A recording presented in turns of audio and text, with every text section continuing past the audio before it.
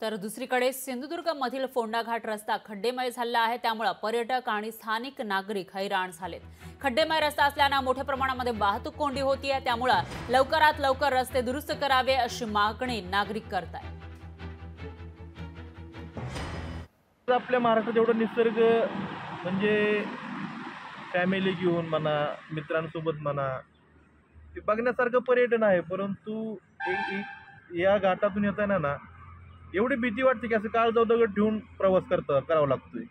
अहो रस्ते जेवढे छोटे छोटे रस्ते आहेत, खड्डे आहेत, म्हणजे खरंच बघितलं तर ह्या सरकारने ना या गोष्टीकडे लक्ष दिलं पाहिजे। एवढा हा घाट रस्ता एवढा खराब आणि एवढा आहे की नाही, मी सुट्टी एन्जॉय करायसाठी म्हणून आलतो, पण अक्षरशः माझी सगळी पाठीची चाळण झाल्या। हा परत या घाटातून यायचं का नाही ह्याचा विचार पडलाय।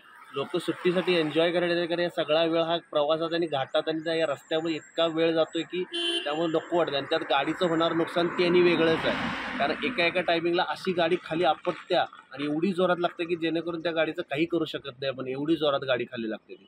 त्यामुळे परत या घाटातून यायचं की नाही हाच विचार सगळ्यात मोठा आहे। लोकशाही मराठी ऐका, पहा, जागरूक रहा।